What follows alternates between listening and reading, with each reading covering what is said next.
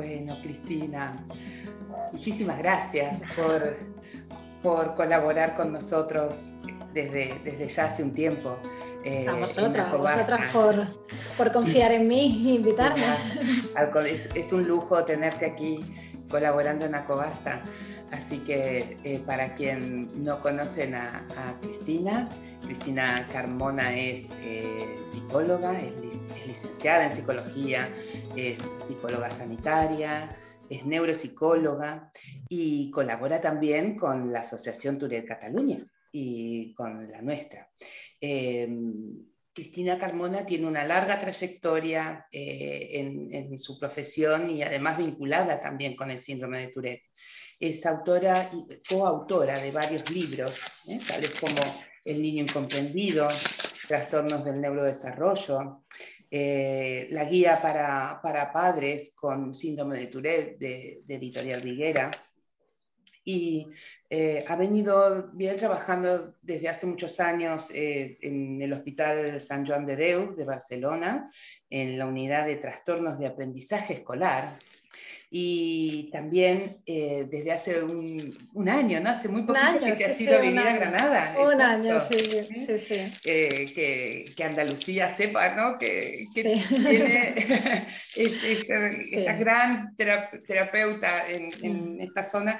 Y en Granada actualmente estás en el Hospital San Juan de Dios, ¿no? En el área de atención temprana. Así que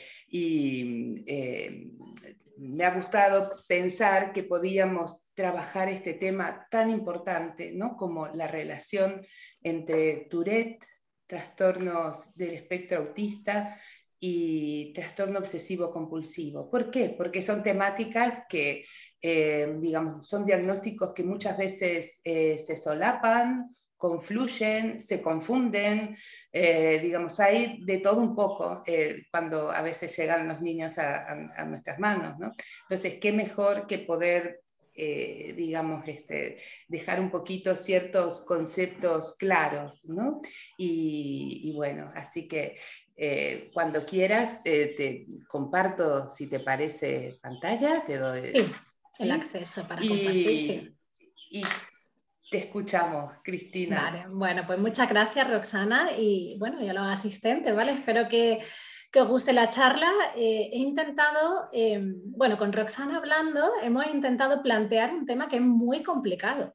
Es muy complicado, ¿vale? De hecho, a nosotras como psicólogas, y Roxana seguro que lo comparte, nos resulta muy difícil muchas veces saber dónde está la línea, ¿no? Entre Tourette, TOC y TEA, porque algunas veces son tantas sutilezas que es difícil, ¿vale? Hay otras veces que ya veréis que os explicaré que es relativamente fácil hacer el diagnóstico porque la sintomatología es mucho más clara, pero es que hay en otras ocasiones que es tan complicado y necesitamos un tiempo para ir, como yo digo, ¿no? Ir sacando de ese ovillo que está totalmente desordenado y embarañado, ir sacando hilitos, ¿vale? Que nos van aclarando un poquito de dónde viene cada sintomatología, ¿vale? Entonces, ya veréis, yo ahora voy a compartir la presentación. He intentado hacerla muy sencilla, explicándoos ideas clave, ¿vale? De los trastornos, la parte común, la parte diferente,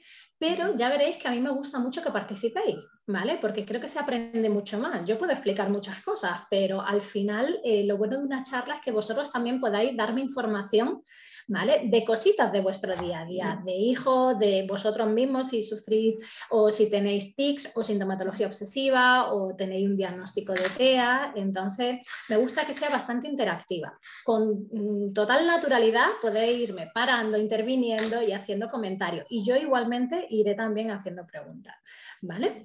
Entonces, un segundito que la comparto. Vale. Aquí. ¿Se ve, verdad? Sí. Vale, espera que me voy a mover yo un poquito la imagen para no tener nada en medio. Vale, pues un poco la idea era lo que os comentaba, hablar de Tourette, TOC y de TEA.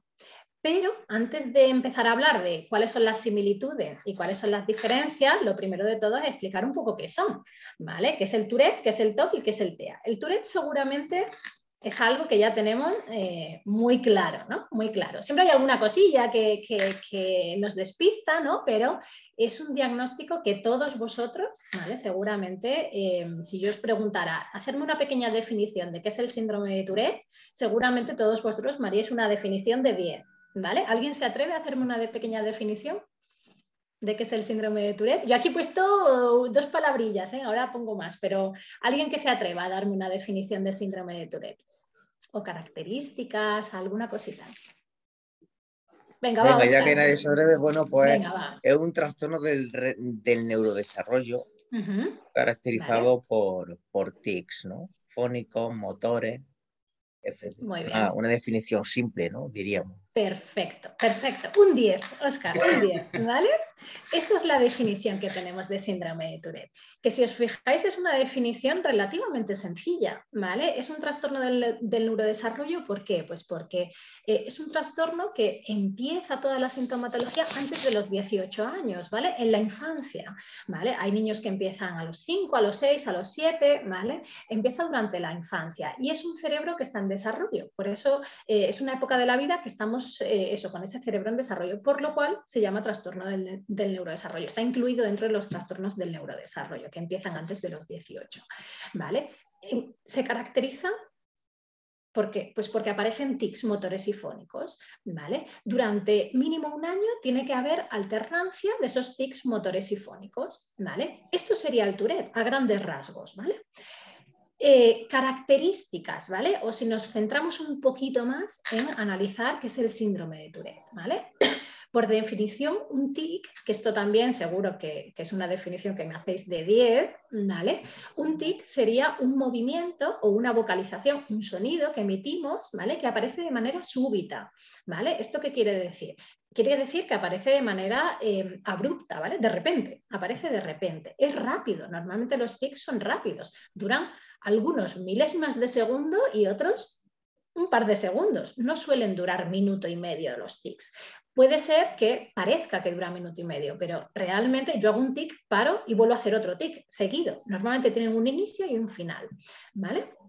Suelen ser recurrentes, es decir, hago una vez y otra vez y otra vez y suelen ir apareciendo a lo largo del tiempo. Y no son rítmicos, ¿vale? Esta es la definición de tic. ¿Qué quiere decir que no son rítmicos? Quieren decir que no van como que no llevan una secuencia clara, ¿vale? Yo, por ejemplo, puedo hacer un tic con la nariz, puedo hacer así y al cabo de los segundos volverlo a hacer, pero no suena como si fuese un ritmo, ¿vale? No suena como si yo estuviera haciendo y que se escucha como una especie de melodía, por decirlo de alguna manera, sino que son un poco anárquicos, digamos, ¿vale? No tienen ese ritmo, ¿vale? Esta es la definición que tenemos de tic. ¿Cuáles son las características, ¿vale? ¿Qué caracterizan a los tics? Sobre todo, ¿vale? Y esto en cualquier guía, ¿vale? También hablan de la involuntariedad, ¿vale? No podemos controlar, aparecen, de manera que no podemos controlar esos tics. Sí que seguramente todos los que lleváis un poquito más de tiempo trabajando el tema de los tics o con más psicoeducación o trabajo relacionado con los tics, sabemos que sí que esa involuntariedad es entre comillas, porque sí que tenemos técnicas, ¿vale?, que permiten hacer un poquito de contención de intentar controlar esos tics, ¿vale?, para que no aparezcan tanto, sino controlarlos de una manera muy concreta, ¿vale?, con técnicas que seguramente algunos de vosotros estáis trabajando con Roxana o con cualquier profesional que es CEBIT, exposición y prevención de respuestas, pero por definición el TIC es involuntario, ¿vale? No propositivo. ¿Esto qué quiere decir? Quiere decir que no tiene ninguna función, ¿vale? Que yo haga así no quiere decir que yo esté oliendo algo, es simplemente aparece ese movimiento que no tiene ninguna finalidad en mi día a día, ¿vale?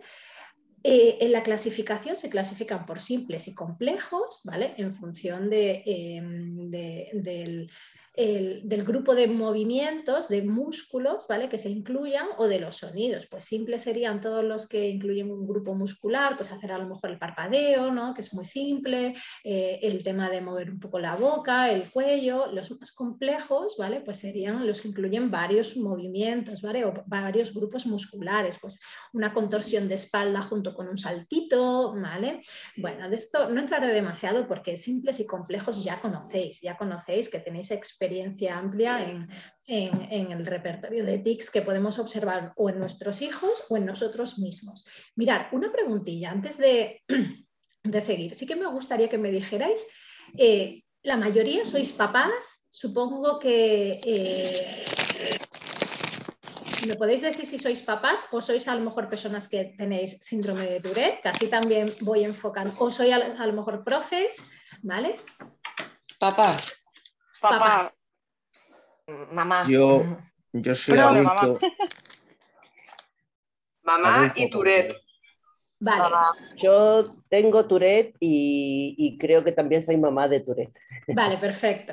Vale, pues tengo entonces de todo un poquito, ¿vale? De personas con Tourette, mamis, papis, y creo que no, y no me deja. Yo soy adulto con Tourette, no tengo adulto hijo con ni Tourette. mujer ni Vale, perfecto. Y profe. Y profe, vale, no te había escuchado, perdona. Y profe, estupendo. Vale, entonces, seguro que conocéis muchos tipos de tics, ¿vale? Desde los más simples hasta los más complejos, ¿vale? Y aquí podría estar media hora hablando de todos los tipos de tics y poniendo ejemplos, ¿vale?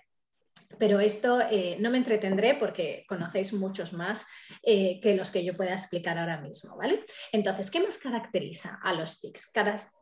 Una de las características principales, ¿vale? Que esto es importante, es que normalmente los tics tienen un curso oscilante, ¿vale? A mí siempre me gusta ponerlos como el ejemplo, como si fuera una montaña rusa, ¿vale? Siempre a lo largo del año, ¿vale? Vamos haciendo así. Hay temporadas que tenemos más, menos, ¿vale? Hay temporadas que tenemos muchos más, temporadas que tenemos muchos menos. Nunca sabemos o es difícil saber cuándo vamos a tener más y cuándo vamos a tener menos. Hay algunas épocas del año, como puede ser Navidad, ¿vale? Que hay muchas personas que tienden a tener más. ¿Vale? Sobre todo los niños. A mí esto me sucede mucho con los niños, ¿vale? Que llega el periodo vacacional de Navidad y termina el trimestre, vienen los Reyes, Papá Noel, cambiamos rutinas y aquí muchas veces, o la mayoría de niños que yo llevo con síndrome de Tourette, les pasa que en Navidad siempre hay esa subidita, ¿vale? De tics cuando termina el curso en junio con el estrés de los exámenes. Aquí también muchas veces encuentro otra subidita. El calor, ¿vale? como decía Oscar, ¿no? El calor llega a primavera. También, ¿vale? Entonces, pero sí que es cierto que hay en otros momentos del año que de repente tenemos una subida de tics y no sabemos por qué. ¿Vale? No hay ningún desencadenante. Entonces, que sepáis eso, que el curso es oscilante, muchas veces es irregular, ¿vale? No sabemos cuándo es la subida mayor, cuándo es menor, ¿vale? Es intermitente y esto es difícil de predecir, ¿vale? Cristina, una pregunta. ¿Se ve solo la diapositiva 1? ¿Se ve eso? ¿Tú estás pasando las diapositivas o...? Yo ¿está la que pone síndrome de Tourette? Sí. Síndrome de Tourette, toquitea. Ah, no, pues sí que la ha pasado. No ha pasado ahí de la primera. ¿No ha pasado la primera? No. Pues yo estoy en la segunda. Hace un rato que estoy en la segunda. ¿Y por qué no ha pasado? ¿Por qué no ha pasado a la segunda? Espera, que dejo de compartir y vuelvo a compartir. Sí, ¿lo has puesto con pantalla completa? Sí, lo he puesto con pantalla completa. A ver, vuelvo a compartir. Volvemos otra vez. Aquí se ve. Nos queda... Sí, ahora. Ahora sí. Ahora sí cambio. Sí que Ahora sí. Entonces no comparto pantalla, porque antes estaba no pongo pantalla completa, porque antes estaba poniendo pantalla completa y por eso a lo mejor no estaba completa antes, ¿eh? No estaba completa, no, es como estaba que se como queda ahora. aquí. Posiblemente se te abre en otro sitio. Pues lo pongo así, aunque así. no se vean completo. Exacto. ¿Vale? Quizás, a ver.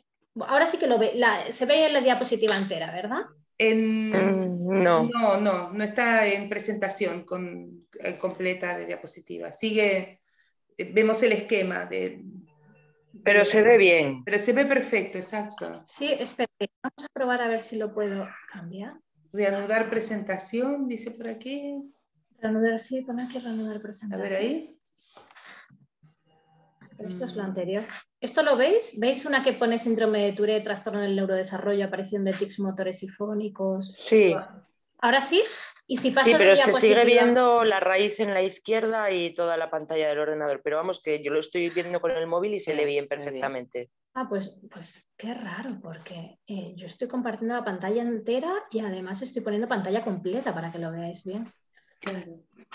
Se lee bien igualmente, ¿no? No te preocupes, ¿Sí? que se ve bien, Cristina. Sí, sí. Sí, qué raro, porque... Sí, espera, que amplío aunque sea un poquito esto. Ah, ya está. Perfecto. ¿Mejor así? Vale, Sí, genial. pero se ve perfecto, ¿eh?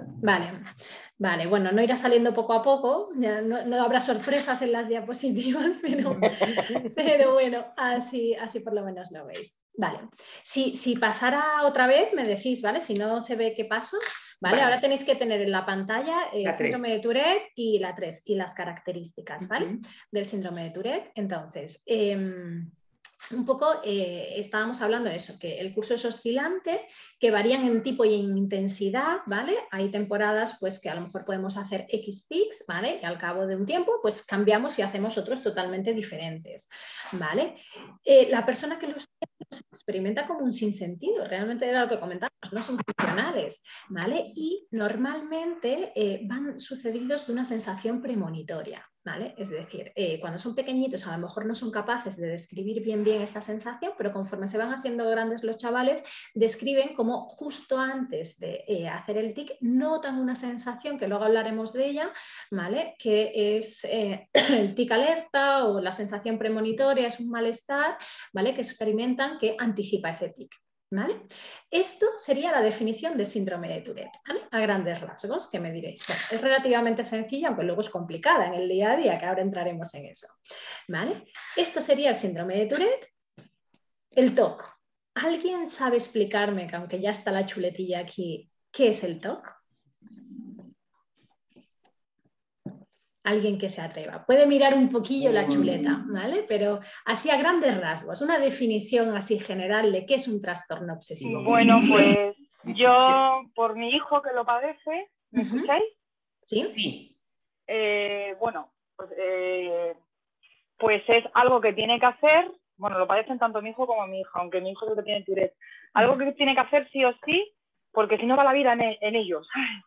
Si no lo hacen, pues piensan que se va a morir o piensan que, pues, que le va a pasar algo.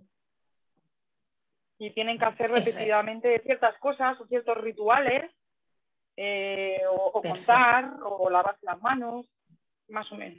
Perfecto. Muy bien, genial. Lo has definido también de 10, ¿eh? Oye, estamos sacando muy buenas notas aquí. Vale, pues es eso, ¿vale? Es un pensamiento que se nos viene a la cabeza que nos genera mucha ansiedad y automáticamente tengo, como estoy muy mal, pues con ese pensamiento que me genera ansiedad, tengo que hacer algo, ¿vale? Que me quite ese malestar, porque a nadie nos gusta estar con esa sensación de ansiedad, ¿vale? Entonces, ¿esto cómo se traduciría a nivel médico? A nivel médico, a nivel más psicológico, esto se traduce en una serie de obsesiones y compulsiones, ¿vale? Que aparecen.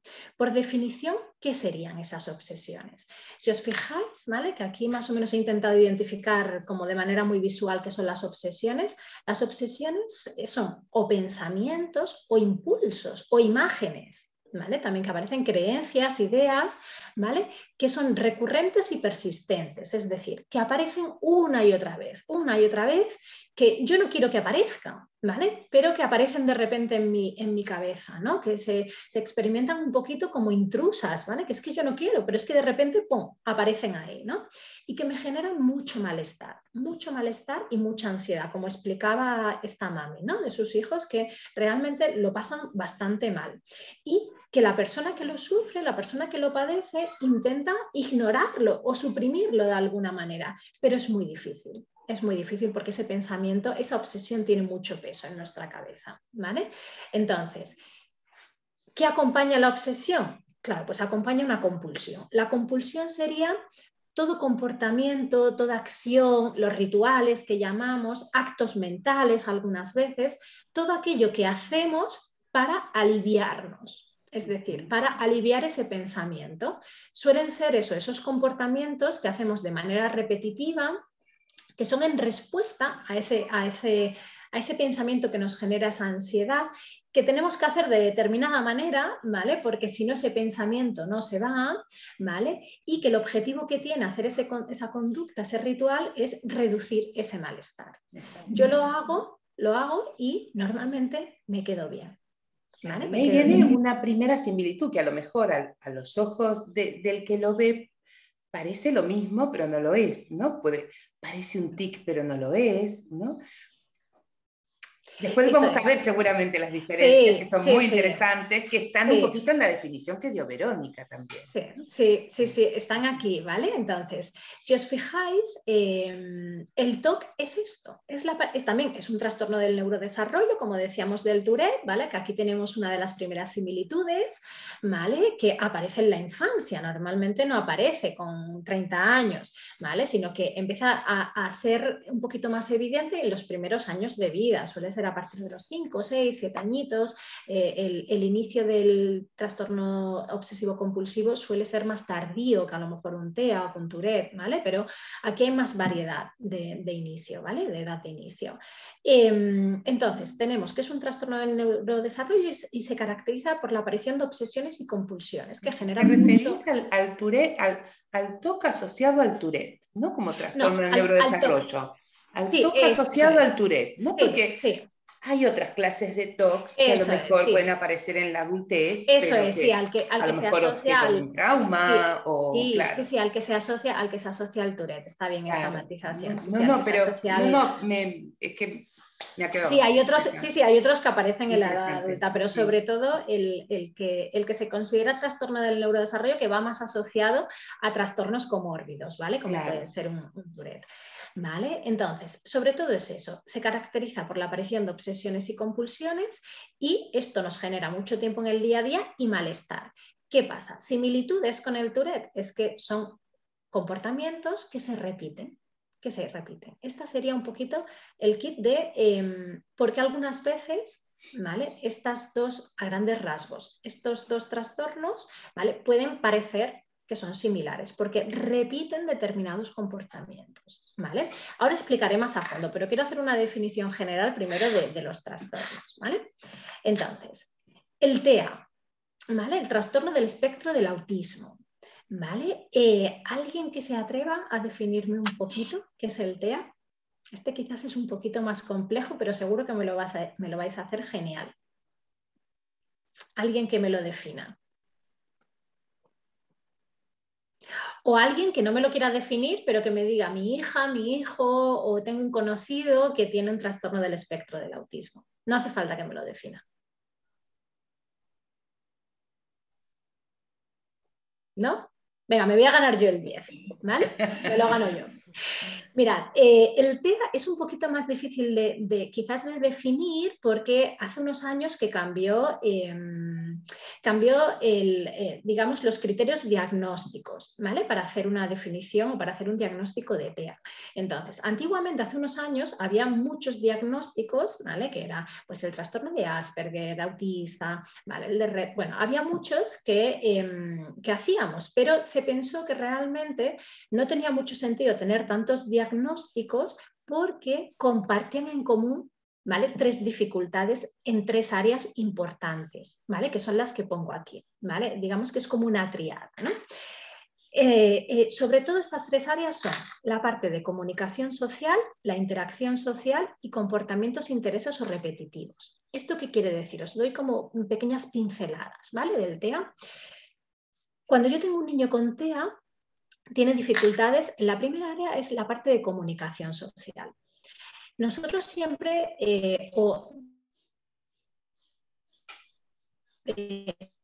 la manera más mediática, el trastorno del que pensamos es que no puede ser autista, es un niño que se comunica, que habla, que tiene lenguaje, ¿vale? Esto me pasa con muchas familias y realmente esta definición de autismo, de TEA, es solamente un tanto por ciento muy pequeñito de los niños con TEA, ¿vale? Son los que no terminan de desarrollar un lenguaje, ¿vale? O que tienen un retraso cognitivo, pero la mayoría de los niños que tenemos con TEA, con un diagnóstico de TEA, tienen una comunicación fluida, ¿vale? El problema que suelen tener en la comunicación es que la calidad de esa comunicación no es adecuada, no la cantidad, ¿vale? Es decir, yo puedo hablar mucho, ¿vale? Y tener un TEA, ¿vale? ¿Por qué? Pues porque dentro de lo que es la parte comunicativa, para que mis habilidades comunicativas estén preservadas o estén normalizadas, estén dentro de lo que llamamos dentro de la normalidad o que sean normotípicas, yo tengo que tener esa parte comunicativa, pues por ejemplo, yo tengo que, cuando hablo con una persona, tengo que elaborar un discurso, tengo que transmitirle ciertas ideas que esa persona tiene que entender lo que yo le estoy diciendo. Esa otra persona tiene que captar esa información y devolverme la información. Tiene que haber cierta reciprocidad en esa información, ¿vale? Por ejemplo, si yo os digo, anda, qué bien este fin de semana, pues oye, pues con el calor que vais a hacer, tal, y establecemos un diálogo. Entre todos, al final hay una bidireccionalidad en la información, ¿vale? Este es un poquito uno de los secretos de las alteraciones en la comunicación, ¿vale? Yo no establezco monólogos, yo establezco diálogos, ¿vale? Porque va y viene la información, yo utilizo esa información. Entonces, ¿qué pasa en la mayoría de niños que tienen TEA? Muchas veces esa calidad de esa conversación, de esa comunicación no es la adecuada. Son niños que se comunican mucho, que hablan mucho, ¿vale? Pero muchas veces no se interesan por el otro, establecen más monólogos, a lo mejor están mucho tiempo hablando de algo que les interesa y cuando tú le vas a explicar algo desconectan y se van, ¿vale? Entonces, el problema de la comunicación social es ese, ¿vale? Que falta esa reciprocidad o que la parte pragmática del lenguaje, el uso que hacemos de ese lenguaje, quizás es el que está alterado, pues no entendemos dobles sentidos, metáforas, ¿vale? Son como pequeñas sutilezas en la comunicación que son las que detectamos en los niños con TEA, ¿vale? Esto sería una primera parte. Luego estaría de la triada los problemas en la interacción social, ¿vale? ¿Qué problemas o qué características tienen estas alteraciones en la interacción social? También, aquí hay mucho mito porque también muchas veces decimos, hombre, ¿cómo va a ser un TEA? Pues si va al parque y se pone a jugar con todos los niños, ¿vale? Pues sí, los niños con TEA juegan con otros niños. ¿Vale? Tienen iniciativa por jugar con otros niños. Quieren estar con otros niños, pero no saben cómo hacerlo de manera adecuada. ¿Vale? El problema es ese, es que ellos quieren, pero la calidad de sus interacciones no es la adecuada. ¿Vale? Puede haber mucha cantidad de inicio, ¿vale? De interacción, pero son, digamos que torpes a la hora de interaccionar. ¿Vale? Pues a lo mejor avasallan, a lo mejor no respetan turnos, a lo mejor quieren imponer sus reglas de juego, ¿vale? Y no saben cómo hacerlo. Y ellos pasan en la pragmática del lenguaje. En la pragmática claro, entonces eso hace que en el día a día hay una repercusión en la parte social, en esa tríada básica de los TEA, ¿vale? La tercera, ¿vale? Que es característica, es que aparecen una serie de comportamientos, intereses que son repetitivos, ¿vale? Pueden ser en forma de estereotipias, ¿vale? Que esto es un comportamiento que se repite, ¿vale? Se repite siempre de la misma manera, ¿vale? Puede ser en forma de obsesiones por un tema concreto. Yo me pueden gustar mucho los dinosaurios y estar todo el rato leyendo sobre dinosaurios y que me encanten los dinosaurios y saber mucho sobre dinosaurios, ¿vale? En esta parte de comportamientos aquí tenemos como un abanico amplio de cositas que pueden aparecer en los niños con TEA, ¿vale? Entonces, para poder hacer un diagnóstico de TEA necesitamos dificultades en estas tres áreas. Más o menos dificultades, como el nombre dice, ¿vale? Es un trastorno del espectro. Es un espectro de dificultades. Imaginaros que es una línea donde podemos tener más dificultades si estamos en esta parte de la línea o menos dificultades si estamos en esta parte, pero tenemos dificultades en las tres áreas, ¿vale?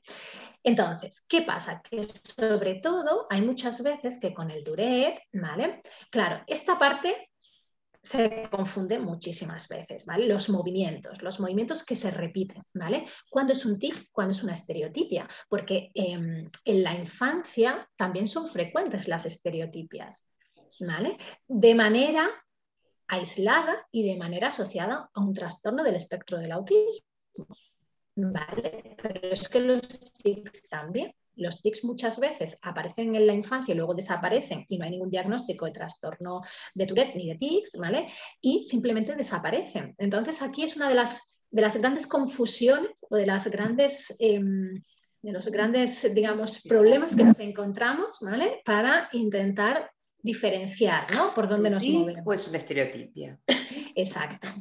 Un poquito para que veáis, ¿vale? Para que veáis características de las estereotipias. Luego os he hecho un cuadro, ¿vale? Donde yo creo que queda mucho más claro un poquito las diferencias, pero para que entendáis, sin tener en cuenta primero las diferencias con los tics, ¿vale? ¿Qué es una estereotipia?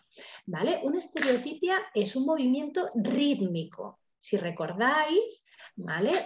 Antes decíamos que los tics no son rítmicos, las estereotipias sí. Son anárquicos, ¿no? Muchas veces, sí. Pues las estereotipias no, ¿vale? Una estereotipia muy típica es, por ejemplo, correr haciendo círculos. ¿Vale? Si os fijáis, eso es rítmico porque yo llevo siempre el mismo recorrido, el mismo paso, ¿vale? Suelen ser repetitivos, ¿vale? Pues igual que los tics que se repiten en el tiempo, suelen ser coordinados, ¿vale? Las estereotipias suelen ser coordinadas, ¿vale? Fijas y predecibles. ¿Esto qué quiere decir? Fijas quiere decir que suelen ser siempre de la misma manera. ¿Vale? Si yo, por ejemplo, en la hora de patio del colegio, ¿vale? Si un día he hecho una estereotipia de correr dando vueltas alrededor a lo mejor de la canasta, ¿vale? Pues al día siguiente, casi seguro que voy a salir y voy a dar vueltas a la canasta, ¿vale? Predecible, porque yo sé que cada vez que este niño salga al patio va a tender a hacer esa estereotipia y que al lado de la canasta se va a poner a dar vueltas, ¿vale? Con lo cual, un tic yo no lo puedo predecir. ¿Vale? Yo sé que puede haber temporadas que si estoy más nervioso voy a hacer más tics, pero yo no puedo decir, mira, ahora cuando salga al patio va a hacer más tics. ¿Vale? Es más complicado de saber, ¿vale? Pero la estereotipia sí.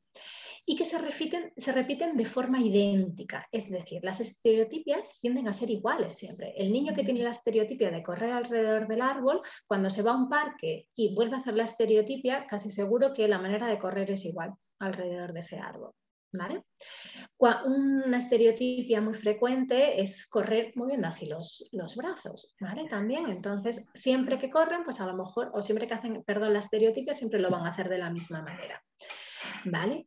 Las estereotipias son semi-involuntarias, ¿vale? ¿Esto qué quiere decir? Esto es un poco controvertido, ¿vale? Pero igual que aparecen de manera totalmente involuntaria los tics, ¿vale?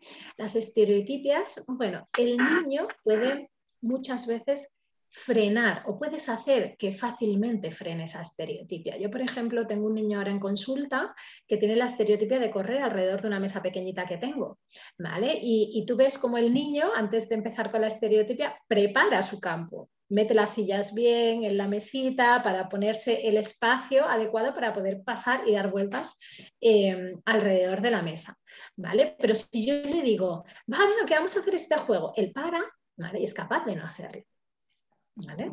¿Qué pasa? Si yo a alguien que tiene tics le digo, no, espera, no hagas ese tic, a lo mejor puede contenerlo, pero con un esfuerzo muy grande y al cabo de los 2 minutos le van a salir un montón de tics, ¿vale? Porque por definición no se pueden controlar, ¿vale? Exacto.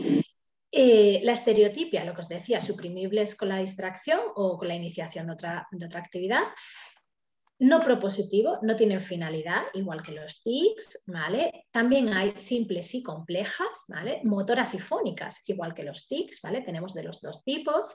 Normalmente suelen ser de extremidades superiores, ¿vale? Es decir, tronco para arriba, y suelen ser bilaterales, ¿vale? Muchas veces cuando, esto no tiene por qué ser siempre, pero hay muchas de ellas que, por ejemplo, el aleteo o mirarse así, hacerse así con las manos, ¿vale?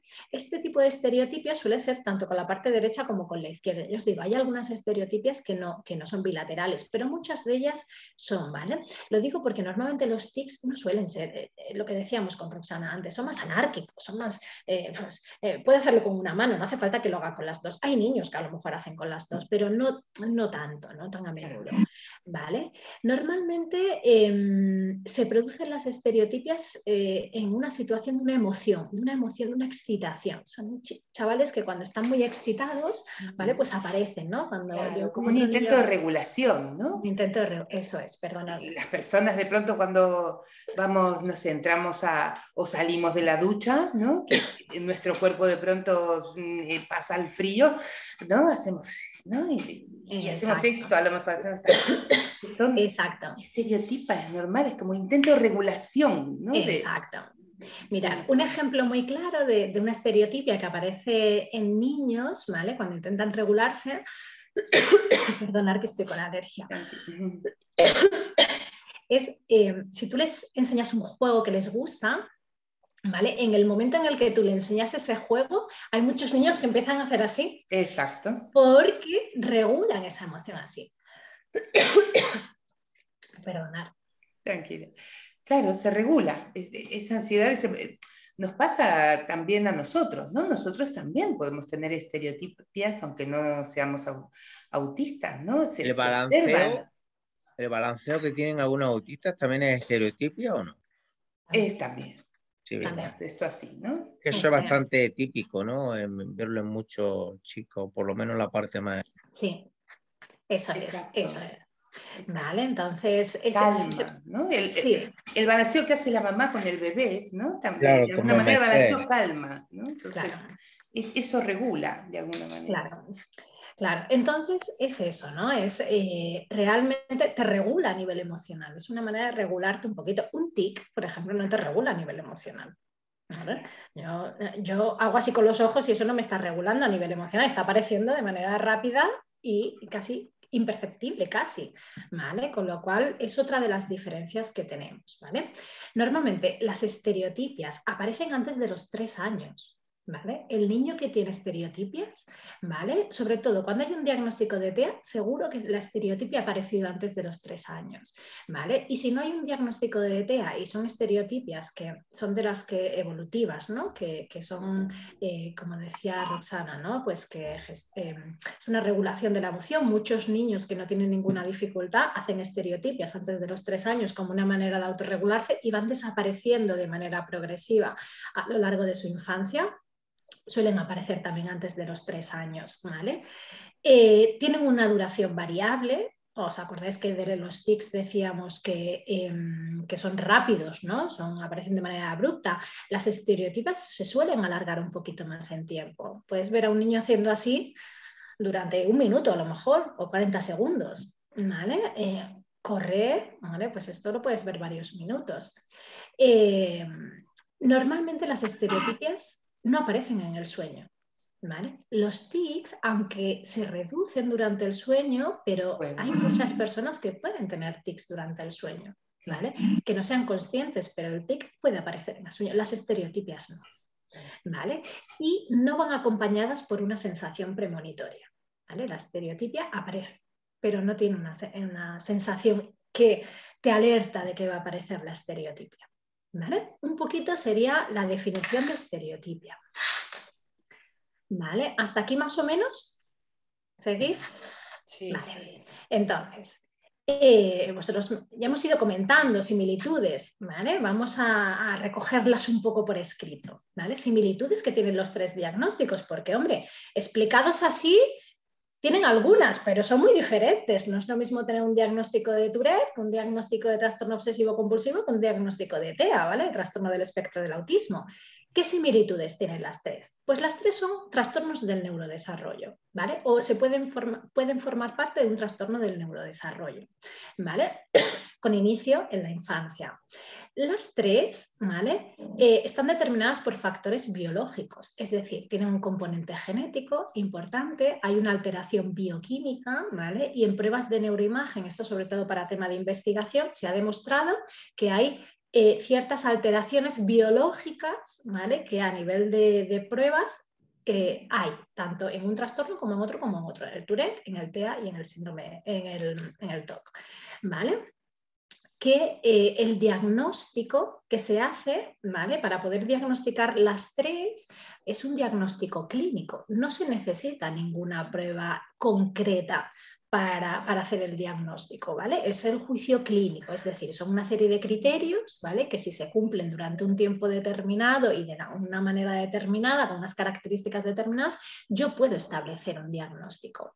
Aquí también hay un poquito de controversia porque hay a veces, ¿vale? Que cuando estamos hablando de movimientos, ¿vale?, repetitivos, el doctor, sea psiquiatra, sea neurólogo, neuropediatra, hay algunas veces que deriva para hacer alguna prueba concreta, ¿vale? no está derivando para hacer un diagnóstico de síndrome de Tourette, no está derivando para hacer un diagnóstico de trastorno obsesivo compulsivo, no está derivando para hacer un diagnóstico de trastorno del espectro del autismo. Está derivando a hacer una prueba concreta para descartar que no haya una alteración más allá de lo que son estos trastornos, es decir, algo neurológico, ¿vale? Hay algunas veces que tenemos niños que tienen trastornos motores que sí que tienen una alteración neurológica que es importante detectar, ¿vale?, a nivel de pruebas de neuroimagen. Pero ya os digo, esto solamente se hace en ocasiones muy concretas, ¿vale? Y los médicos saben cuándo hacerlas, ¿vale? Porque hay una serie de exploraciones que se hacen a nivel físico y de síntomas que ellos detectan y saben cuándo no hace falta pasar estas pruebas y cuándo hace falta pasar estas pruebas. ¿Vale?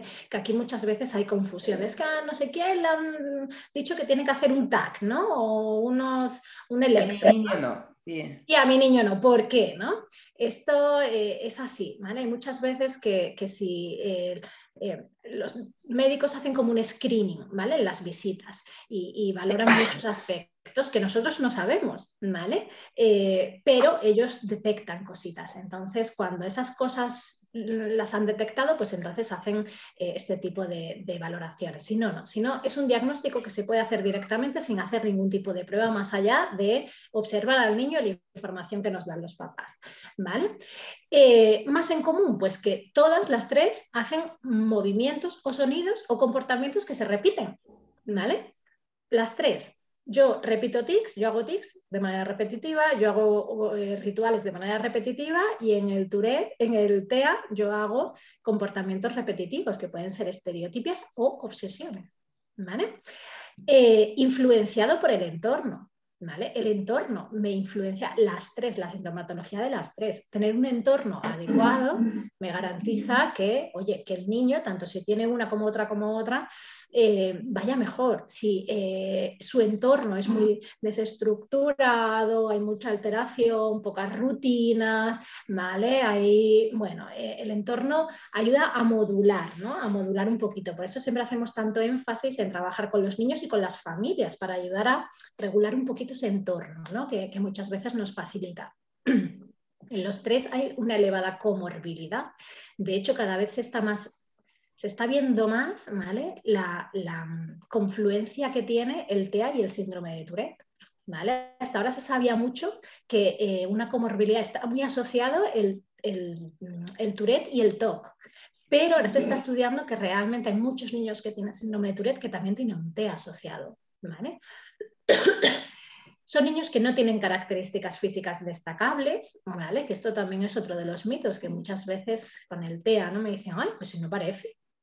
¿Cómo que no parece? Pues ya sé que no parece, pues es que no tenemos unos rasgos físicos, ¿no? Rasgos físicos hay cuando tenemos muchas patologías genéticas, ¿no? Síndromes genéticos que sí que cursan con rasgos faciales concretos, ¿no? O temas de crecimiento concretos, pero en la mayoría de los trastornos del neurodesarrollo no tienen rasgos concretos que podamos observar, con lo cual yo os podría poner aquí fotos de un montón de niños y no tendríais ni idea de qué tiene cada niño, porque son invisibles, ¿vale? Aparentemente. Se suele dar más en hombres, ¿vale? Las tres, ¿vale? Sobre todo de primera, la prevalencia es mayor en hombres, ¿vale? Todas generan dificultades en el día a día, de un tipo o de otro, ¿vale? Y las tres tienen opción a tratamiento psicológico y farmacológico, ¿vale?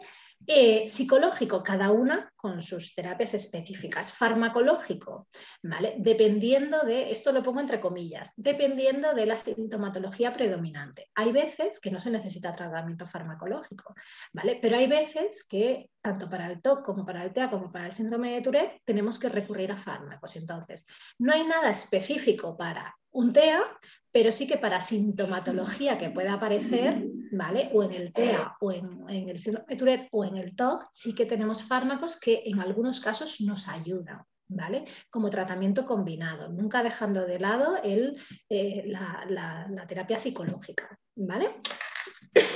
Bueno, más o menos parte común, más o menos sí que habéis seguido, ¿verdad? Sí. Vale. Parte diferente. parte diferente. ¿Qué cosas tenemos diferentes? ¿Vale? Aquí sí he intentado hacer como un esquemita para que tengáis, ¿vale? Porque como es mucha información, ahora en las siguientes diapositivas lo veréis, ¿vale? Porque va a ser mucha información de lo similar y lo diferente. Entonces, ¿qué tienen diferente? Pues tienen muchas cosas diferentes, ¿vale? Evidentemente, la clínica, la sintomatología que decimos, no tiene nada que ver una cosa con la otra, ¿vale? Como entidad diagnóstica, tener un niño con un trastorno obsesivo compulsivo, de un niño que tiene un síndrome de Tourette y un niño que tiene un trastorno del espectro del autismo, no tiene nada que ver, ¿vale? El problema viene cuando se juntan sintomatología muy sutil, ¿vale? Comorbilidad de los diagnósticos, ¿vale? Y que muchas veces se acentúan síntomas como pueden ser los tics, las repeticiones, los rituales, ¿vale? Que son los que hacen que quizás haya más confusión, ¿vale? De estos diagnósticos, ¿vale? Pero como diferencias así a grandes rasgos sería sintomatología diferente. Yo puedo tener un síndrome de Tourette, ¿vale? Un niño con síndrome de Tourette que no tiene por qué tener problemas en la comunicación, ¿vale? Pueden ser niños que establecen una comunicación totalmente adecuada, recíproca, que van al parque y juegan con los niños, pueden tener alguna discusión por la impulsividad y tal, pero no tienen dificultades en esas interacciones sociales, más allá de lo que es puramente dentro de la normalidad de la edad, ¿vale? Que yo siempre digo... habilidades sociales para resolver eso es, cosas, ¿no? que yo siempre digo, el otro día hacía una visita con una familia y con un niño de 10 añitos también con Tourette, una monada de niño, y los papás me decían, ¿no? Que de trabajar el tema de resolución de conflictos, tal, que a él le costaba un poquito, que lo pasaba mal, y yo decía, un niño que resuelve los conflictos como lo tiene que resolver un niño de 10 años, ¿vale? Y ya lo que nos queda es el aprendizaje, es pongo en práctica, me confundo y aprendo. Pongo en práctica, me confundo y aprendo. Hay muchas veces que tenemos que dejar a los niños que aprendan solos, ¿vale? Tenemos que estar ahí guiando un poquito, pero es que muchas veces ese aprendizaje se da, ¿vale? De manera indirecta, viviendo, ¿no? Por eso yo muchas veces digo, los niños que no tienen ninguna discusión con otros niños, o los hermanos, ¿no? Los que no discuten, digo, madre mía, aquí pasa algo, ¿no? Porque es natural y es un aprendizaje que se hace. Entonces, aquí hay que ver un poquito, ¿no? Este tipo de dificultades. El nivel de esas dificultades sociales, ¿no? Eso es. Y las diferencias vemos individuales de cada uno. Es como si fuera un poquito más inmaduro que el resto, ¿no? Y uno dice, bueno, a lo mejor es como esta dificultad asociada al Tourette, o cuando hay estos fallos que tú dices como ya más estructurales en ese lenguaje, en esa comunicación, donde no hay a veces como esa intencionalidad clara de comunicarse, ¿no? Con el resto. Eso es. Y luego, sobre todo, muy importante, diferencias individuales, que yo cada vez invierto más tiempo, ¿vale? En hacerme, yo muchas veces digo, ¿no? Cuando empiezo con las familias digo, mira, yo soy muy pesada y voy a preguntar muchas cosas, ¿vale? Porque tienes que entrar en el mundo del niño y en el mundo de esa familia, ¿vale? Sobre todo ahora, a raíz de la pandemia, ha habido muchos niños que por situaciones familiares han estado privados y totalmente normal, privados de interacciones sociales, familiares, y por motivos diferentes, por padres que han tenido miedo, por padres que han sido de riesgo y lo han tenido que hacer así, por padres que vivían en algún pueblecito pequeño y no han tenido posibilidad de hacer más interacción. Entonces, nos comentaba justamente Lidia, nuestra logopeda, que con el tema de la pandemia, digamos, se llenó la consulta de logopedia, porque los niños no hablaron, o sea, con niños a lo mejor les pidió la pandemia a lo mejor con 1 año, 2 años, en plena etapa de desarrollo del lenguaje, y estuvieron a lo mejor todo el tiempo o encerrados o conectados con la tablet, ¿no? Porque la tablet es justamente ¿no? un aparatito que en cuanto los niños lo pillan, dejan de hablar. Entonces se produjeron estos Retrasos en el lenguaje. Claro, entonces aquí hay que ser muy cauto y entonces ver, ¿no? Muchas veces esa impulsividad, esas relaciones sociales, ¿dónde está el problema de esas relaciones sociales, de esa dificultad en las relaciones sociales o en la parte comunicativa? ¿Es un problema de base, que es un trastorno, o realmente es una impulsividad o poca habilidad porque en los últimos meses, en los últimos años a lo mejor no he tenido la oportunidad, ¿no? No he tenido un buen modelaje por la situación que sea, ¿no? Entonces, aquí hay muchas veces que hay que empezar a orientar y hay que empezar a trabajar con los niños y ver un poquito cómo evolucionan, porque si forma parte de una situación del entorno que han tenido que vivir, muchas veces cuando trabajas con ellos y les das un poquito de impulso, el niño mejora. El niño mejora. Y hay veces que descubres que aunque le des ese impulso, pero hay una dificultad de base. Y entonces es cuando nos tenemos que plantear que a lo mejor hay algún diagnóstico de base que no tenemos establecido, ¿vale? Pero sobre todo eso, diferencias. Las diferencias individuales, ¿vale? Que hay en cada niño. Esto es crucial, ¿vale? Igual que siempre decimos que no hay dos Tourettes igual, ¿vale? No hay dos niños iguales y la forma de ser de cada uno, lo que ha vivido cada uno, las sintomatologías, es que no tiene nada que ver. Por eso, aquí nunca podemos englobarlo todo en el mismo saco, ¿vale? La edad de inicio también cambia, es una cosa diferente en los tres trastornos. Lo que decíamos, el TEA ya el primer, segundo año de vida ya puedes tener muestras claras, ¿vale? de si hay un trastorno del espectro del autismo. En el síndrome de Tourette empiezan a aparecer los primeros tics. Las investigaciones dicen a partir de los 5, 6, 7 añitos.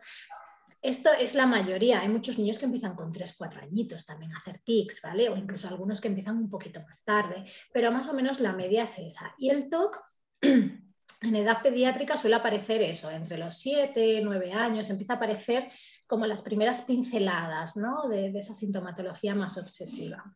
¿Vale?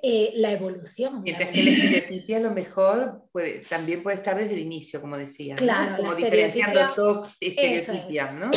La estereotipia antes de los 3 años suele aparecer siempre, siempre. ¿Vale? La evolución de los 3 también no tiene nada que ver, la evolución de un trastorno con otro, ¿vale? Llegamos a la edad adolescente, ¿no? Y muchas veces en el síndrome de Tourette, en los tics disminuyen. Si tenemos un niño que a nivel social más o menos ha ido haciendo dentro de lo que es el síndrome de Tourette, a nivel anímico está bien, pues vemos un niño pues que desaparecen tics o disminuyen tics, ¿vale? Y a lo mejor nos queda un poquito de impulsividad en algunas relaciones sociales, ¿vale? Dependiendo un poco de la sintomatología asociada. Si tenemos un niño con trastorno del espectro del autismo, seguramente llega a la adolescencia, las estereotipias habrán disminuido, pero aquí empieza a aparecer un mundo complejo donde están las habilidades sociales que cuestan más, la parte de interacción, ¿vale? A lo mejor se disparan un poquito más las obsesiones, ¿vale? O la rigidez. Y si tenemos un trastorno obsesivo compulsivo, pues cuando llegamos a la adolescencia no tenemos por qué tener una dificultad en las habilidades sociales, pero sí que es cierto que a lo mejor tenemos gran malestar o ansiedad, ¿vale? Y tenemos que repetir determinadas conductas, determinados comportamientos, porque hay pensamientos que nos molestan y nos generan esa ansiedad, ¿vale? Pero a nivel social, pues realmente yo tengo preservadas mis habilidades, ¿vale? Entonces, este cuadro, mi idea es, lo he intentado hacer para que se entienda de la mejor manera posible y lo tengáis siempre presente. Maravilla. No sé si podré transmitirlo bien, ¿vale? Mira, un poquito diferencias muy visuales, ¿vale? De síndrome de Tourette, TOC y TEA, ¿vale? Yo estoy tan tranquila, ¿vale? Imaginaros una persona que está en un momento tranquilo. Si yo tengo síndrome de Tourette, ¿vale? De repente esa tranquilidad se convierte en cierto malestar, ¿vale? Malestar que suele tener un componente sensorial, ¿vale? Un componente sensorial en el que yo empiezo a notar algo en mi cuerpo. Si, por ejemplo, yo tengo el tic de hacer así con la nariz, ¿vale? Como un movimiento y esnifar, ¿vale? Ese componente sensorial, lo que estoy notando es como un picor, un hormigueo aquí, ¿vale? Y esto es la sensación premonitoria, es la alerta de tic, ¿vale? Es lo que precede al tic justo unos segundos antes de que yo lo haga, ¿vale? ¿Qué pasa? Que tengo esa sensación, ¿vale? Yo hago el tic y siento un alivio y una tranquilidad. Vuelvo a mi zona de confort, estoy tranquilo, ¿no? se ha ido esa sensación. Aunque sea muy ¿vale? temporalmente, ¿no? Temporalmente, porque luego a los 5 segundos puede volver a hacerlo. Otra vez. Pero hay un parón ahí, ¿vale? Entonces, en el TOC, ¿qué pasa? Fijaos, ¿vale? En el TOC también yo estoy tan tranquilo, ¿vale? Pero de repente también empiezo a notar un malestar. He puesto el malestar así como con rayitas rojas porque el malestar no es el mismo, ¿vale? En el síndrome de Tourette que en el TOC, pero es un malestar, Claro. ¿vale? Es un malestar. El malestar en el TOC no viene en forma de un componente sensorial como tal, ¿vale? Viene en forma de una preocupación o de una ansiedad, ¿vale? Una ansiedad, ¿a qué me refiero con esta ansiedad? Es una preocupación, es algo que me genera ansiedad, que me genera malestar y las personas les cuesta describir, ¿no? Están incómodas. Hay veces que es un nudo en el estómago, otras veces es inquietud motora, es ansiedad que puede salir de muchas maneras. Es una alerta también, pero mental, ¿no? De alerta peligro o Exacto, alerta, exacto, no está del todo exacto, bien, ¿no? Esto no exacto. va del todo bien. Exacto, no está todo bien y soy capaz de identificar en la mayoría de los casos, ¿vale? Muchas veces cuando los niños son más pequeñitos es más difícil, pero cuando son un poquito más mayores somos capaces de identificar cuál es el causante de ese malestar, ¿vale? Y suele ser un pensamiento, una obsesión que me está diciendo que es que estás cogiendo la botella de agua, ¿vale? Y esa botella de agua ha habido 5 personas que la han cogido, ¿vale? Y seguramente estará llena de gérmenes, ¿vale? Y ese es el pensamiento que me está preocupando. Me está preocupando porque yo estoy pensando que esta botella de agua, que yo tengo mucha sed, que quiero beber, pero es que la han tocado 5 personas antes que yo. Y entonces, si la cojo, a lo mejor me voy a contaminar. ¿Vale? Me voy a contaminar y voy a enfermar porque está llena de virus. ¿Y cómo voy a hacer ahora? ¿Cómo voy a hacer si yo tengo mucha sed? Entonces eso entro en bucle y me genera mucha ansiedad. ¿Qué hago? ¿Qué hago para que esa ansiedad baje? Porque ya sabéis que no podemos estar con ese nivel de ansiedad tan elevado mucho tiempo. Pues yo lo que hago es, venga, voy a ir rápidamente a lavarme las manos, ¿vale? Voy a soltar la botella, me voy a lavar las manos porque así las limpio, los gérmenes no están en mis manos, con lo cual me baja la ansiedad y vuelvo a estar aliviado. Ya no voy a tocar la botella, ¿vale? Porque si no me vuelvo a tener ansiedad, ¿vale? Con lo cual volvemos a esa sensación de tranquilidad, ¿vale? Así es como funciona más o menos el TOC, ¿vale? Para que veáis un poquito la diferencia con el síndrome de Tourette. Las dos tenemos que hacer algo, ¿vale? Pero una viene determinada con un pensamiento, ¿vale? Un pensamiento que podemos identificar que es el que nos genera esa ansiedad, ¿vale? Y la otra no, la otra aparece de manera rápida, ¿vale? En el TEA, ¿vale? El TEA no me genera un malestar, normalmente no me genera un malestar, ¿vale? Yo estoy tan tranquilo, ¿vale? Y de repente, ¿vale? Pues hay un componente emocional que aparece, ¿vale? A mí me da Cristina un juego muy chulo, un avión, yo tengo un avión que le encanta a los chavales, así con Legos. Y claro, Cristina me está dando un juego súper chulo y entonces para regularme a nivel emocional, pues empiezo a hacer esa estereotipia, ¿vale? Pero a mí realmente ni antes ni después me está causando malestar, ¿vale? Simplemente ante una emoción yo hago ese movimiento que me regula, ¿vale? Que pueden ser autocalmantes, pueden ser estimuladoras, porque hay veces que como que se estimulan, ¿no? con el tema de las estereotipias, y les gusta ese movimiento y entonces es como una sobreestimulación, ¿no? que hacen, pero realmente no experimentan un alivio, una tranquilidad, es simplemente un movimiento de regulación emocional. Ellos no verbalizan, ¿no? Que estén mal y que necesiten hacerlo, no. Si lo hago bien, si no lo hago también bien. ¿Vale? ¿Sí? Un poquito estas tres. Lo he hecho así porque me parecía que era bastante visual. Es impecable. ¿Vale? Es Seguro que impecable. hay matices, ¿eh? Hay cositas, pero era para que vieseis un poco las diferencias, ¿no? Entre las tres. Exacto. Sí. Se vuelve este estado, en los tres se vuelve ese estado de tranquilidad, Sí. pero temporal, ¿verdad? Porque Eso justamente es. el tema es, y ahí es donde viene el aspecto disfuncional a veces de estas conductas, ¿no? Que es que luego, al final el efecto es el contrario, ¿no? A lo mejor más estereotipias hace, más se alborotan también. Claro, claro. Se Entonces, pasan, ¿no? Más obsesiones hacen, más ganas tienen, ¿no? claro, Más entonces hacen. claro, lo ideal aquí es, esto es un bucle, me falta como Exacto. otra flecha por aquí abajo, ¿vale? Para que se vea que esto volvemos siempre para atrás. Claro. Entonces, siempre que se hace una intervención, ¿vale? Tanto en el síndrome de Tourette como en el TOC como en el TEA, normalmente donde intentamos incidir un poquito es en romper este bucle. ¿Vale? Porque los porque tics... está bien lo que dice, me parece genial igual que quede ahí, porque es lo que ellos sienten que lo tienen que hacer y punto, ¿no? Eso es. Para estar más tranquilos. Y en las terapias lo que intentamos transmitir es esa otra parte, como tú dices, la vuelta, es que vuelves. Eso es. Entonces, entonces hay una parte que yo puedo controlar a nivel, o que puedo trabajar a nivel psicológico para disminuir esa vuelta. ¿Vale? Para que en mi día a día, en vez de hacer 150 tics, haga 27, ¿vale? De una manera muy, digamos, estructurada y controlada. Yo puedo trabajar a nivel psicológico para que en vez de 150 rituales, haga 27, con menos tiempo. O quedarme con los que me sirven, ¿no? O quedarme con los que son funcionales. Eso es. Y yo también puedo trabajar para reducir esas estereotipias o hacerlas de manera más funcional, ¿vale? Claro. Entonces, en las tres se puede trabajar y sobre todo lo importante es eso.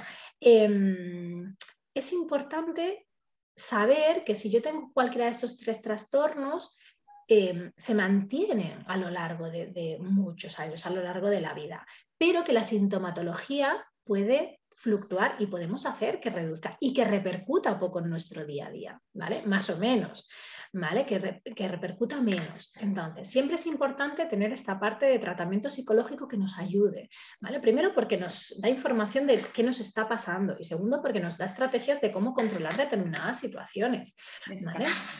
Entonces... Está esto, pero...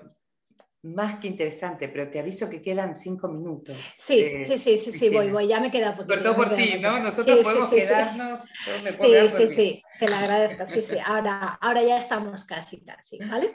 Vale, pues entonces, este esquemita, más que nada para que lo tengáis, porque quitando alguna sutileza, alguna excepción, ¿vale? Pero es un cuadro que nos puede ayudar bastante bien a ver cuando estamos hablando de un tic, cuando estamos hablando de un TOC, ¿vale? Cuando es un movimiento estereotipado, ¿vale?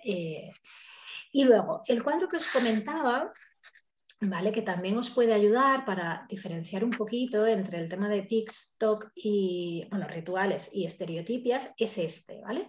He intentado recoger todo lo que había encontrado en la bibliografía y que nosotros a nivel médico, a nivel psicológico, intentamos siempre indagar, ¿no? Y observar. Pues cuál ha sido el inicio, ¿no? El inicio, porque aquí también nos puede dar una pista. Si yo tengo un niño que ha empezado con 1 año y medio a hacer movimientos repetitivos, ¿vale? Miraré cuál es el tipo de movimiento que hace, pero a lo mejor me hace pensar más en estereotipias más que en tics, ¿vale? La voluntariedad, ¿vale?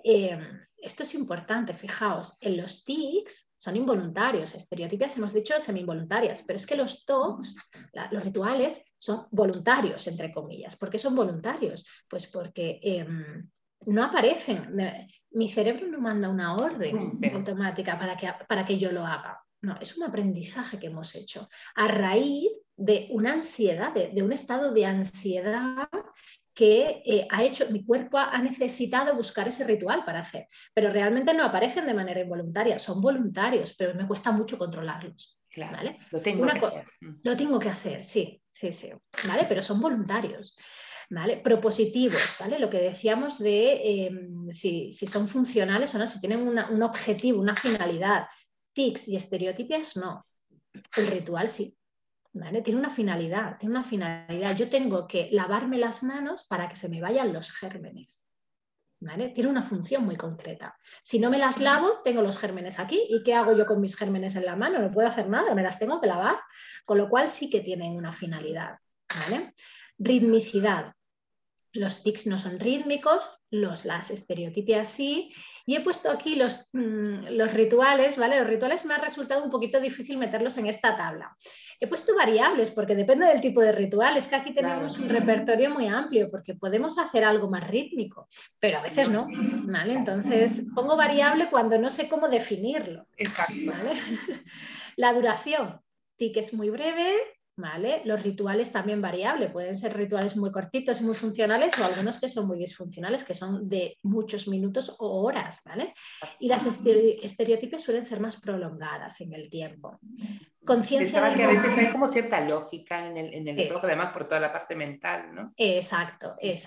Recordaba ayer, ¿no? Un niño que tenía que dar él primero los besos, ¿no? No Claro, podía darlo sí. el resto, ¿no? Tenía que ser Sí. él primero que dé el beso. Sí, ¿no? sí.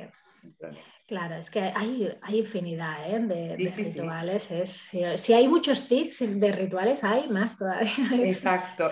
Sí. Yo siempre digo que no podría cuantificar la cantidad de tipos de tics que hay, pero rituales menos todavía. Exacto. Sí, esto.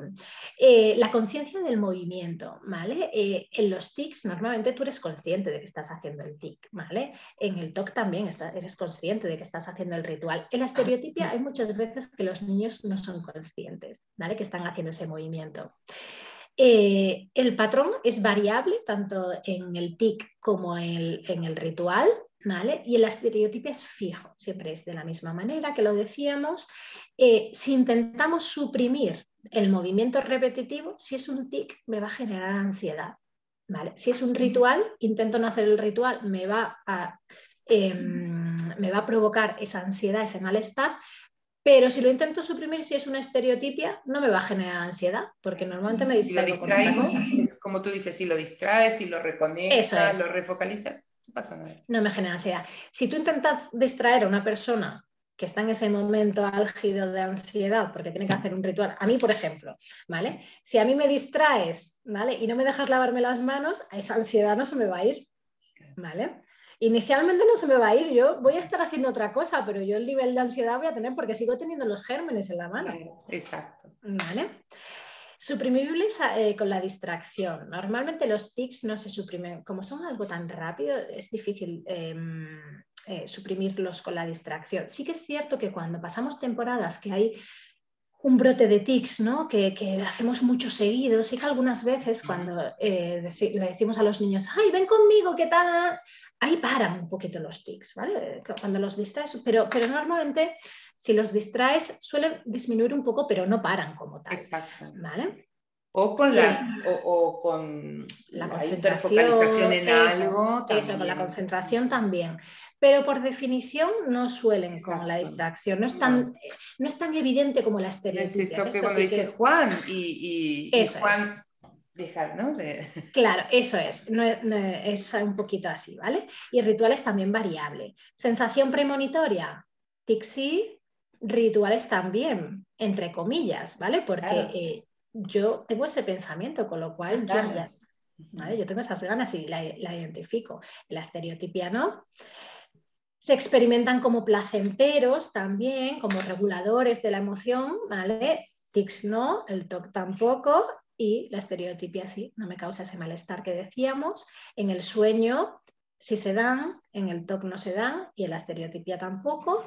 Respuesta al tratamiento farmacológico. Normalmente los tics, esto también entenderme, hay niños que cuando damos un fármaco, porque a nivel de tics realmente estamos pasando un brote muy prolongado en tiempo, hay niños que pueden funcionar con el tratamiento farmacológico, les va bien y reducen el número de tics, ¿vale? Que hacen en el día a día, pero hay otros niños que no funcionan con el tratamiento farmacológico. Yo he puesto que sí porque realmente hay algunos que funcionan, hay niños que funcionan.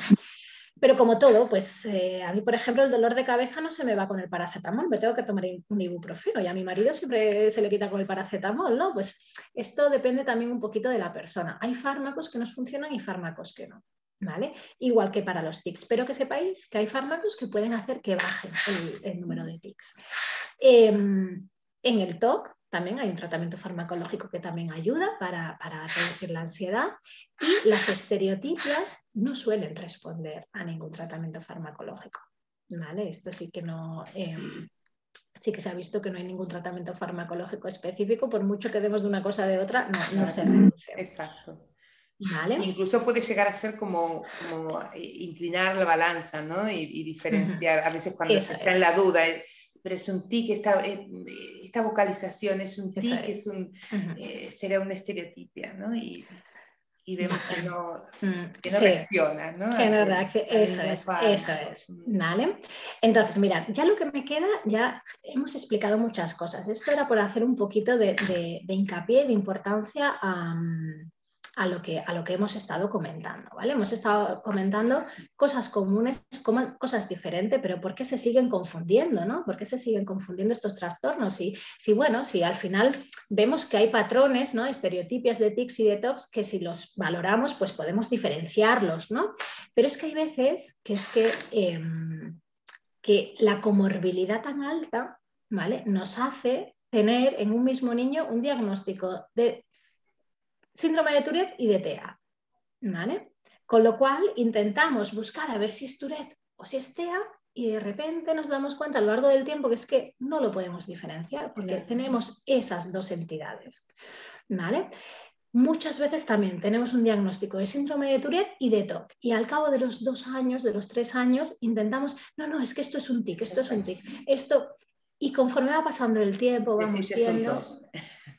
¿Qué es un TOC? Comórbido. Un tiki-toc, ¿vale? Como le digo a veces. Tiki-toc, eso es. Es un tiki-toc, digo. Entonces, yo sé que aquí hay muchas familias que muchas veces se agobian cuando añadimos un diagnóstico, ¿no?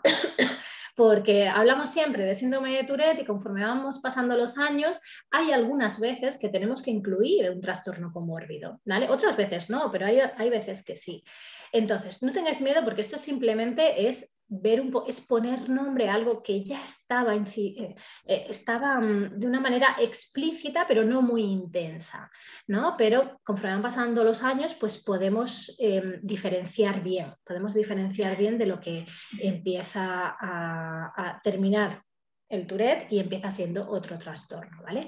Yo aquí os he puesto, que no sé si veis bien el cuadro, a ver, yo como no lo veo bien me lo voy a minimizar, que si no, no lo veo entero, ¿vale? Que tenemos que estar muy atentos los trastornos del neurodesarrollo a la comorbilidad, ¿vale? Tenemos muchos trastornos comórbidos, como puede ser el TEA, el TOC, el TDAH, trastorno de conducta, trastorno de ansiedad, pero también tenemos muchos problemas o muchas dificultades que no llegan a considerarse tan intensas como para hacer un diagnóstico, ¿vale? Pero que están ahí. Yo puedo tener un síndrome de Tourette y tener unas manías, ¿vale? Pero a lo mejor no son tan intensas o no me repercuten tanto en el día a día como para poder hacer un diagnóstico de trastorno obsesivo compulsivo, ¿vale? Pues no pasa nada, yo sigo trabajando esas manías aunque no tenga el diagnóstico, porque la manera de trabajarlo es lo mismo, pero que sepáis que podemos tener o trastornos comórbidos o problemas asociados que no llegan a configurarse como trastornos, pero que además tenemos problemas derivados. ¿Vale? ¿Problemas derivados de dónde? Tenemos problemas derivados de estas dificultades, las que vienen determinadas por los trastornos y por los problemas asociados, ¿vale? Problemas de autoestima. Yo a lo mejor no tengo un trastorno afectivo, a lo mejor no tengo un trastorno de ansiedad, pero a nivel de autoestima, todo lo que me está rodeando, ¿vale? Está haciendo que yo a nivel de autoestima la tenga baja. Y no es una dificultad primaria, es decir, no está ahí. Yo siempre he tenido buena autoestima. Como consecuencia de... Es como consecuencia pues como consecuencia de que tengo tics, que no estoy concentrada en los exámenes, que, jolín, encima soy un poco impulsiva y mi amiga se ha enfadado conmigo, pues a lo mejor aquí merma un poquito mi autoestima, ¿vale? Puedo tener dificultades académicas, no como algo primario, porque a lo mejor yo no tengo ningún trastorno de aprendizaje, pero como secundario a todo esto, pues sí, puedo tener problemas en las relaciones sociales, problemas familiares, pero ya os digo, muchas veces es derivado de todo esto. Por eso es importante que siempre hagamos lo que os decía antes, ¿no? Que yo pregunto mucho de familia y del día a día, del entorno, porque hay muchas veces que cambiando pequeñas cositas de nuestro entorno, ¿vale? Somos capaces de, por lo menos esta parte, ¿vale? Mejorarla. Exacto. ¿Vale? A lo mejor no podemos eliminar un síndrome de Tourette porque no lo podemos eliminar, ¿vale? Pero toda la repercusión que tiene tanto aquí como aquí podemos actuar, ¿vale? Exacto. Porque lo que os decía, se confunde por eso, muchas veces se confunde y es difícil hacer esta confusión porque tenemos la parte de trastornos comórbidos y luego porque hay una parte que es muy importante que es la de función ejecutiva. ¿Vale? ¿Esto qué es? La función ejecutiva es una de las funciones más importantes que tienen las personas, ¿vale? Y que nos diferencian, por decirlo de una manera así un poco brusca y rápida, la que nos diferencia de los animales. ¿Vale? Es la capacidad que tenemos de pensar, de razonar, de prever, de planificar, ¿vale? De organizar. Supongo que si tenéis animales, vosotros, podemos tener un perro, puede estar muy bien domesticado, pero un perro nunca podrá tener una capacidad de planificación y de organización como la que podemos tener nosotros. ¿Por qué? Porque nos diferencia la función ejecutiva, ¿vale? La función ejecutiva es esta, la que os decía, ¿vale? Es la que tenemos aquí, es la que nos permite flexibilizar nuestro comportamiento, no ser tan rígidos en algunos momentos, ¿vale? Adaptarnos a situaciones, nos permite darnos cuenta que si nos estamos confundiendo a la hora de hacer algo, ostras, me estoy confundiendo, pues es que no puedo seguir así, y rectificar, valorar y rectificar. Y esa instancia que calma, ¿no? También. Exacto. Es la que es la que te dice, no le hagas caso, son pensamientos basura, ¿no? Eso es. Tiene un poquito las ganas que luego pasará, claro. ¿No? Es esa parte que nos autorregula, ¿no? Claro.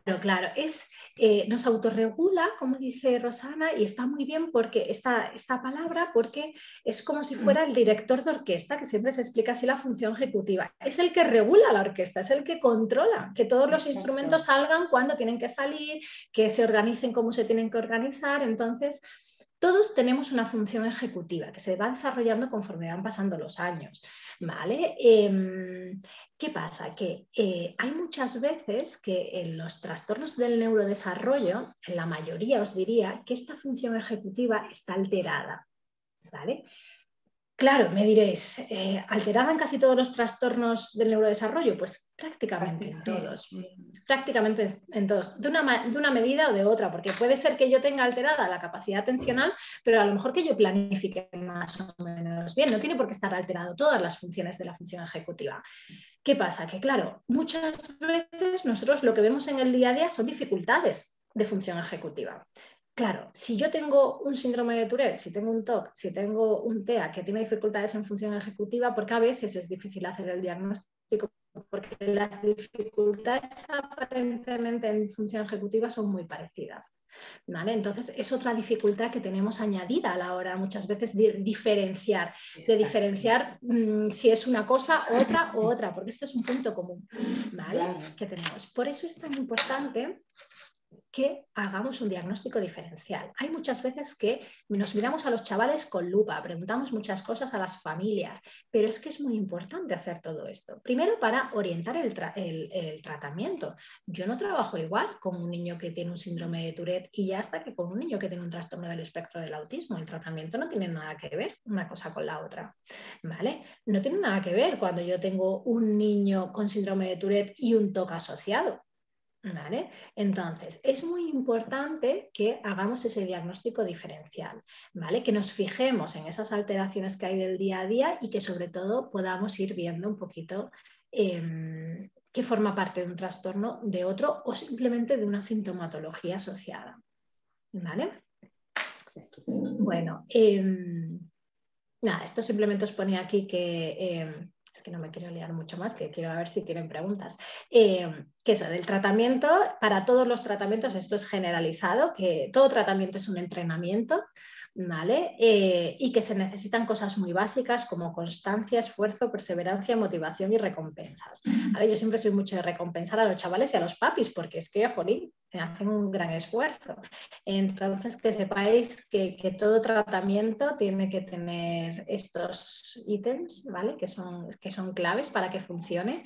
Y nada, ya está aquí. Hasta aquí más o menos. Espero no haberos liado más, ¿vale? Y haber sido un poquito clara, pero era un poco complicado de plantear. Era un poco complicado de...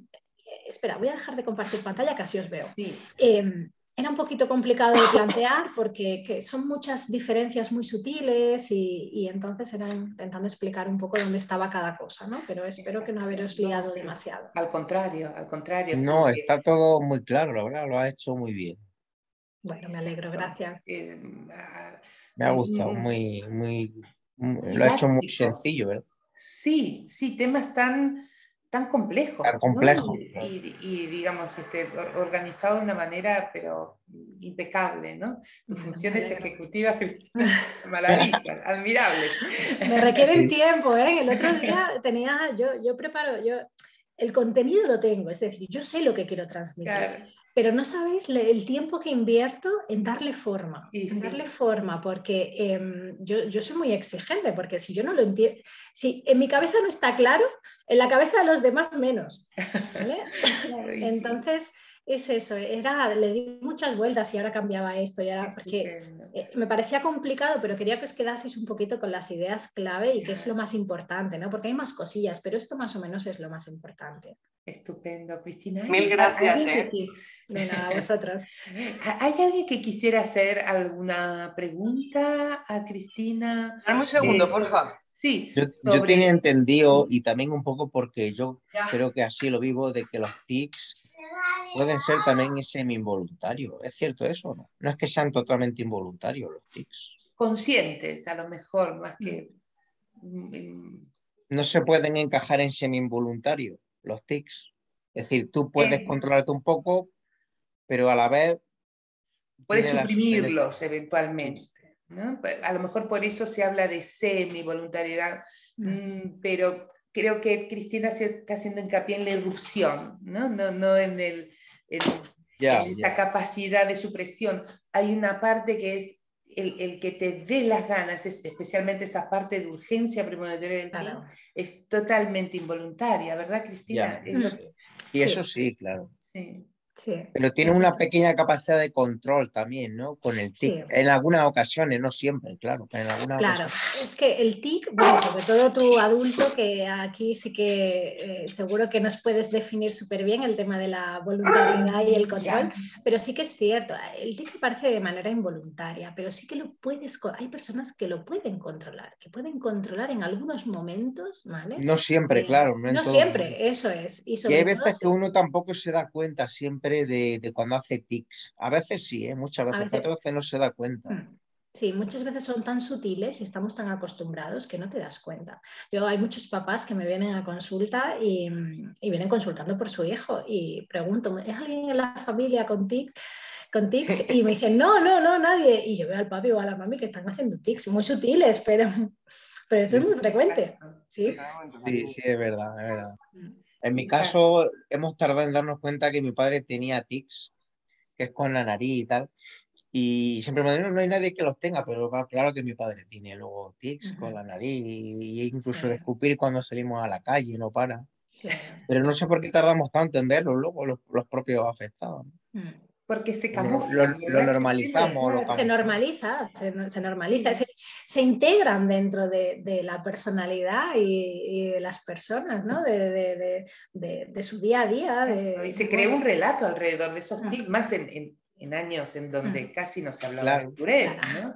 Sí, esto como las obsesiones, los rituales. Yo, porque no he puesto, iba a poner unas diapositivas que tengo que me encantan, que todo el mundo tenemos rituales, ¿vale? Todo el mundo, ¿vale? La ley de Murphy, eso es un TOC puro y duro. No sé si sabéis qué es la ley de Murphy, sí, pero... Si algo puede salir mal, saldrá mal, ¿no? Que yo lave el coche, ¿qué sentido tiene? Que yo lave el coche y que se ponga a llover. Eso es supersticioso. Claro. Pues eso es un TOC, eso es una asociación, ¿vale? Que hacemos que realmente no tiene sentido, está infundada en nada. No hay más probabilidad de que las partículas de agua, de jabón que yo utilizo para lavar el coche hagan que en la atmósfera suban y entonces creen como una nube. No existe. Es que cuando hablo de TOC esto siempre lo pongo y esto me gusta mucho porque realmente todos... Sí, perdón. Entonces, la forma de diagnosticar cualquiera de los tres, sí o sí, en el caso de los niños, es primero con el pediatra. O puede ir a un psicólogo directamente y ver, pero si el psicólogo dice yo no puedo atenderlo, no sé qué le pasa, ¿Qué hay que cambiar?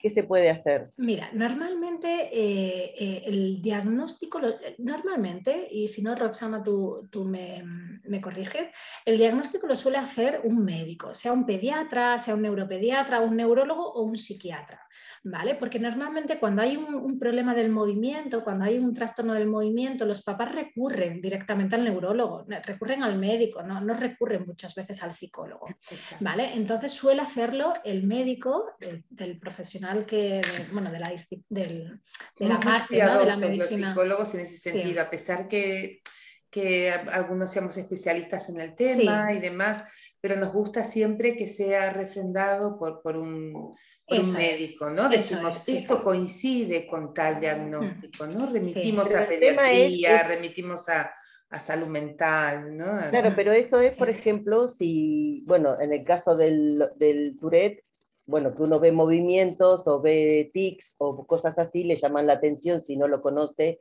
y va. Pero si tiene otro tipo de problemas, por ejemplo, para más el TEA, que a lo mejor no tiene ese tipo de cosas, pero sí tiene más problemas de conducta o de comunicación, social, como decías, y es una nena que está tildada de que es mala.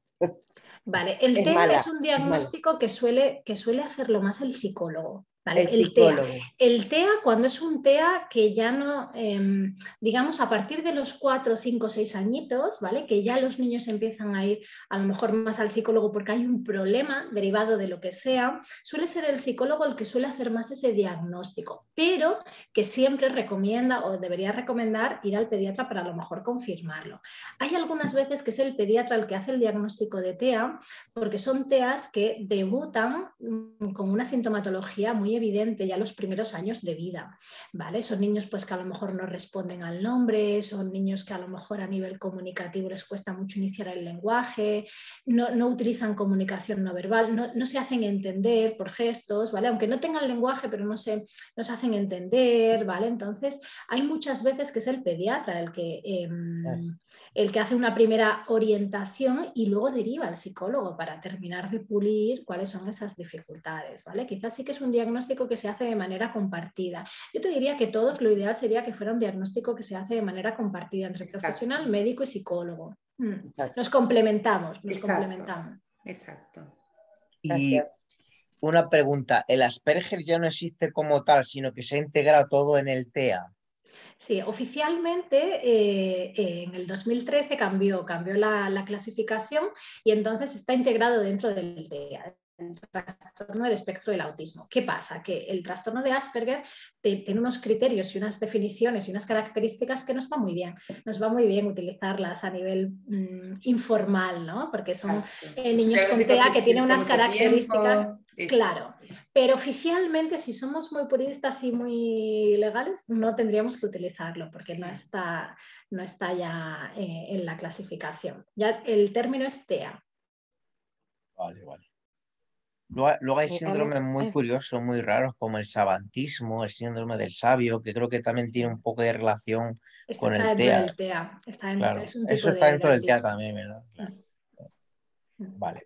Muy bien. Perdón, yo ¿Sí? ¿Me oís? Sí. Bueno, como madre reciente de una niña con síndrome de Tourette, me preocupa y me gustaría preguntarte como psicóloga, pues el pronóstico, ¿no?, de empezar con un tratamiento y hasta qué punto pues puede, no sé si revertir es la palabra, o ayudar a que todas esas... ya no hablo solo de los tics, pero esas comorbilidades que puedan aparecer se reconduzcan de alguna manera para tener una vida normotípica, vamos a decir así. Vale, mira, yo siempre recomiendo tratamiento psicológico. Siempre que hay dificultades y repercusión en el día a día, yo creo que el tratamiento psicológico siempre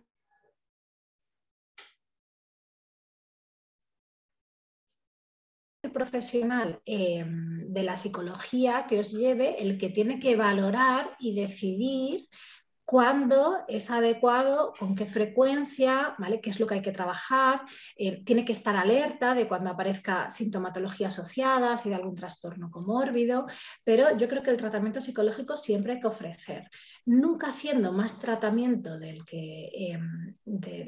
estrictamente necesario. Yo sé que hay algunas veces que me ha pasado, ¿no? Familias que, bueno, pues que los niños están cansados, ¿no? De ir al psicólogo un día y otro día y otro día. Y esto era lo que os decía, que tenemos que hacer un análisis muy exhaustivo de la familia, del niño. Hay muchas veces que yo he llegado a plantear tratamientos de una vez al mes. ¿Vale? Una vez al mes, que a lo mejor no es lo ideal, porque ese niño necesitaba cada semana, pero es que yo no puedo decirle a un niño que venga cada semana cuando no quiere ir al psicólogo. ¿Vale? Tenemos que cambiar. Tenemos que ir cambiar un regulando, poquito. ¿no? Claro, Siempre y digo, nos entonces, guardamos la frecuencia semanal para cuando pasemos por periodos complicados. Hay una primera etapa donde a lo mejor sí es necesario, porque como tú bien dices, hay que trabajar mucho con la familia, hay que trabajar mucho con ese niño, hay que, digamos, pero ni conforme va mejorando, ¿no? También es importante ser flexibles con esa frecuencia, ¿no? Sí. Entonces es eso, yo creo que siempre se puede, cuando tenemos dificultades, siempre el psicólogo siempre puede ayudar, siempre puede ayudar. Nos puede pasar que hay veces que no conectemos con ese psicólogo. Esto siempre, últimamente siempre lo digo también en las charlas, porque esto nos pasa como con el médico de cabecera, que hay veces que conectamos con nuestro médico de cabecera y otras veces que lo cambiamos porque no estamos cómodos. Pues el psicólogo es igual, ¿vale? No es que sea ni mejor profesional ni peor profesional, es simplemente que necesitamos conectar con las personas. Entonces aquí, Marta, yo aquí te digo eso, pues que si tú conectas con el profesional, supongo que habéis empezado hace poquito con algún psicólogo, y déjate guiar también un poco. También explica inquietudes que tú tengas, ten tu espacio en las sesiones, ¿vale? Porque solamente trabajar con los niños se queda un poquito cojo, hay que trabajar con los papis también. Hay que trabajar con los padres, son diagnósticos, son tratamientos que los padres funcionan casi como coterapeutas, ¿no?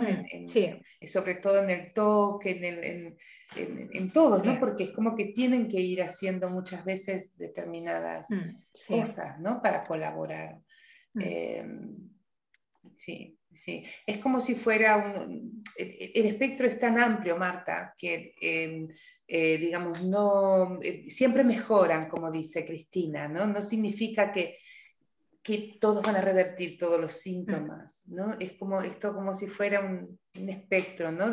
La idea es que mejore, como decía, ¿no? Si hacía tantos rituales, que hagan menos. Nunca, no podemos pedir que todo desaparezca, ¿sí? No sé si te referías un poquito a eso, Marta. Sí, más o menos. Nosotros estamos en la fase de que tenemos el diagnóstico simplemente y tengo pues la semana que viene una primera valoración y es difícil y ahora pues me estoy leyendo mucho, estoy formándome un poco sobre el tema y no sabría decirte si mi hija pues con 6 años, casi 7, es una niña inquieta o es una niña que me cuesta centrarse o realmente dónde está esa línea, ¿no? Que supongo que es donde me ayudarán un poco los psicólogos. Y bueno, eso, claro. Yo lo que he hecho algunas veces, Marta, sí. Perdón. Sí, dime. No, dime. No, es que se había cortado y pensaba que habías terminado de hablar. Perdona, di tú. No, nada, que estoy así un poco. Yo no hubiese llevado a mi hija a una consulta de un psicólogo si no le apareciesen tics, por ejemplo, ¿no? Porque hay conductas que yo veo que el resto de las madres, pues que sus hijos no tienen nada. Yo tampoco puedo. Yo para lavarse las manos me tiro toda la tarde y para hacer la tarea y no sé qué. Pues yo igual, pues yo no sé qué, ¿no? Entonces, no sé. Eso es lo que peor forma parte que de nos la pueden edad decir. o lo que forma parte de lo que es patológico. Y mi pregunta era, bueno, pues con una ayuda psicológica podrá llevar una vida normal. Es un miedo que me da como madre, ¿no? ¿Podremos llevar esto más o menos bien? Entiendo que no se va a curar, que es una cosa para toda la vida, pero que le repercuta lo mínimo. Es un miedo como madre recién diagnosticada. Pues la incertidumbre del futuro, ¿no? Claro. Que me come un poco, sí. Sí, esto es normal, aprovechando que vosotros tenéis mucha más experiencia y trabajas con muchísimos niños y tal, pues ver un poco cuál será la evolución. Digo, bueno, ¿y cómo os fue, no? O sea, y vale, ¿y esto qué me va a pasar? Yo voy a esto y hago todo lo que sea y cojo todo tal, pero ¿cómo nos va a ir, Porque no? ahí, Marta, los grupos de autoayuda, ¿no? Digamos, de adultos con Tourette y padres con Tourette, que ya hace tiempo que están, creo que ahí, digamos, van a también darte un apoyo enorme, ¿no? En ese día a día, en esa angustia por el día de mañana y la ansiedad, ¿no? Aquí tienes 2 adultos, mira, sin ir más lejos, Oscar y Alejandra, y tres, El otro día diagnostiqué a uno. 3 adultos que Yo seguramente entiendo, también van a poder traerte en ese sentido tranquilidad, ¿no? yo entiendo ese miedo, ¿eh? Entiendo ese miedo, pero yo, mira, aquí estoy con 36 años, vivo solo en una gran ciudad, con mis días mejores, días peores, pero trabajo, vivo solo y me apaño, como decimos en mi pueblo, me apaño yo todo. O sea que claro que se podrá vivir de una forma normal y yo Y siempre transmito esa... trabajamos, disfrutamos y somos Sí. totalmente normales. No lo dudo, Podemos- no lo dudo, porque yo tengo a mi hija en casa y, o sea, la veo, no es una cosa tal, pero Sí, bueno, no, pero cuando está recibes bien un que lo diagnóstico... puedas plantear porque es la duda de muchos y está bien que ellos lo puedan decir para Exacto. que transmitir esa confianza. Yo Y mira, hay muchas Marta, veces... yo lo que te puedo decir es que la suerte que yo siempre comento que tienen, en este caso tu hija y vos, es que ahora estás enterada y la podés ayudar desde chiquita. Yo me enteré que voy a cumplir 60 este año y me enteré que tenía Tourette hace 3. Ya. Y pasé la vida y viví con mis más y mis menos y formé una familia, tengo 3 hijos maravillosos y soy maestra y he estudiado y me vine de Argentina hace 20 años que estoy en España, o sea que vivimos igual y si encima, y yo sin ayuda, sin esa ayuda del saber que estos 3 años a mí me han cambiado la vida, porque me empecé a conocer, empecé a entenderme, y entonces la ventaja que tiene en este caso tu hija es el gran apoyo que va a tener desde el principio, y que a lo mejor en algunas cosas no, y en otras las podrás ayudar, y el hecho de que ella conozca y sepa lo que tiene, la va a ayudar a desarrollarse mejor, pero tranquila que... Pero no es fácil, Marta, y sabemos que lo vas a pasar muy por mal. supuesto que no. Exacto. Y Cristina va a Habrá ser... momentos de todo tipo, también lo pasará bien, hombre. Exacto. Sí, a mí me ha pasado también, Marta, alguna vez que me han venido familias a consulta con un diagnóstico recién hecho y ser niños que yo no... Creo que no podía aportar más porque eran niños que, bueno, se ha diagnosticado un síndrome de Tourette, pero que son niños que no tienen dificultades añadidas en el día a día y lo que he ido haciendo ha sido simplemente un seguimiento. No tiene por qué haber una complicación en el día a día. No todos los niños necesitan una terapia psicológica. Lo que yo sí que te recomiendo es que tengas siempre un profesional de referencia, ¿vale? Que sepa de Tourette, porque si en algún momento necesitas cualquier cosa que te pueda asesorar. Pero a mí me ha pasado algunas veces. Sí, que a veces con unas pocas sesiones de psicoeducación, eso es, que conozca sus tics, sus cuerpos, sus reacciones premonitorias, ese circuito, ¿no? Del tic y tener en cuenta, ¿no? Sus papás, esos condicionamientos del entorno, ¿no? Que pueden aumentar y disminuir. Y luego, como dice Cristina, se pasa a un simple monitoreo, ¿no? Cada tanto, o a puerta abierta, como digo, ¿no? Que vuelvan, claro, ¿no? Que consulten cuando quieran, claro. Mirad, me vais a perdonar, pero no sé si hay más que dudas. dejar porque yo me tengo que ir. Los 5 minutos pasaron hace un montón. Muchísimas gracias, Cristina. Perdonarme, sí, yo gracias. encantada. Gracias.